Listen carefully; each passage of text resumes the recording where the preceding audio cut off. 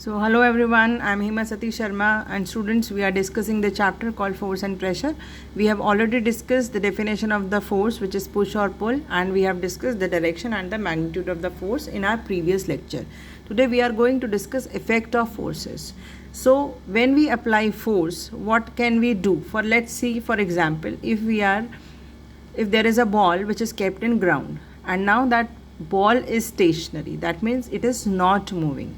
So if you go and kick, that means if you are pushing that stationary ball, what will happen? This ball will start moving. That means when we apply force, a stationary body or the body which is at the state of the rest will start moving. And in case if you see the example, if a ball is coming towards you with a speed and you try to stop it by applying some force, what will happen? Either the ball will stop or the ball may change its direction, right? So from this example we can see force can either stop a moving body or it can change the direction of the moving body. Let's see that example again. For example, if the ball is coming towards you and you apply a push to it, so what will happen? Either the speed, it is depending upon the kind of force you are applied. So either the speed will be increased or the speed of the ball can be decreased. So here we can see that by applying force we can either increase or decrease the speed of a moving object. That means we can change the speed of the moving object. And if you see an example of, if you have an inflated balloon in your hand, if you have balloon in your hand and you try to push that balloon from both the sides, what will happen? Balloon will burst. That means what is happening? The change in shape of the balloon is happening. Okay. Similarly, if you stretch a rubber band, what is happening? Shape of the rubber band is changing. It is thinning down. So the effect of forces are, the force can move a body which is at rest or which is stationary. Force, when applied to a moving body, can either stop the moving body or it can change the direction of moving body or it can change the speed of moving body. And force when applied can change the shape of moving body or body also. Now the effect of forces, so force can change the state of motion. So there are two kind of states of an object. Either it can be in the state of rest or it can be in the state of motion. So what is state of rest? When an object is not moving, that means it is stationary, it will be called in the state of rest. For example, when a ball is kept in the ground or a book is kept on the table, they are not moving, therefore they are at the state of the rest. Now when we push that ball or when we pull the book, they will start moving or they will change their position. Now motion state, a moving object is called in the state of motion and the object is moving. For example, a moving car, a moving ball, a moving bicycle, etc. So a force can move a stationary object. A force can increase the speed or decrease the speed, and it can also change the direction of a moving object as we discussed in the example. Now force can also stop a moving object. Finally, therefore, we can say that force can change the state of motion. In few cases, like when a ball is lying there in the ground without moving, it is stationary and we are kicking it, what is happening? The state of rest is changing into state of motion.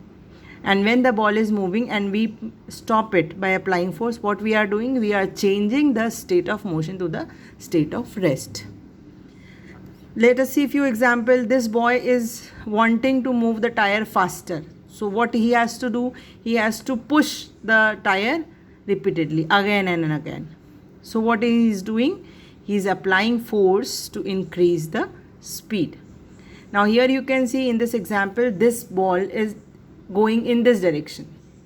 But what happens? This ruler comes in between and applies a push. So what happens? The ball changes its direction. So what is happening? By applying force, the direction of the ball is changed. In football game, you have seen a goalkeeper stops the football going toward the goalpost by applying a force by his hand. Now in this case what will happen? Either the ball will stop or it will change its direction. In the cricket game you must have seen a bowler balls to the batsman and batsman push that ball away from him.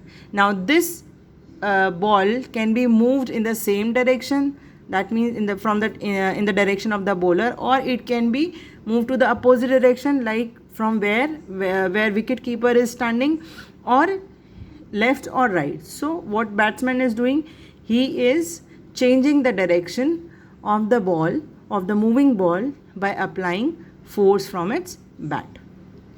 Now here you can see this goalkeeper is trying to stop the ball by applying force. Here this hockey player is changing the direction of ball by applying the force, and here he is catching the ball by trying to stop the ball by applying a force. Now force can change the shape of an object.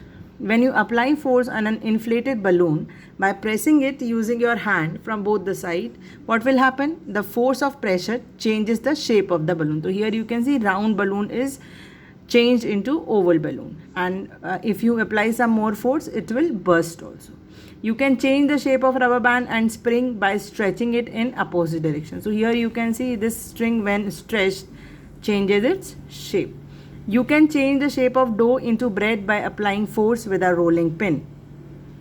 So whenever your mom or who's cooking at your place is taking a dough, is first of all they take flour, and by kneading it they are changing the shape, continuously changing the shape of the dough. And when the dough is in ball form and on chakla belan you apply force, the ball is converted into flat bread. How has it the person has done it?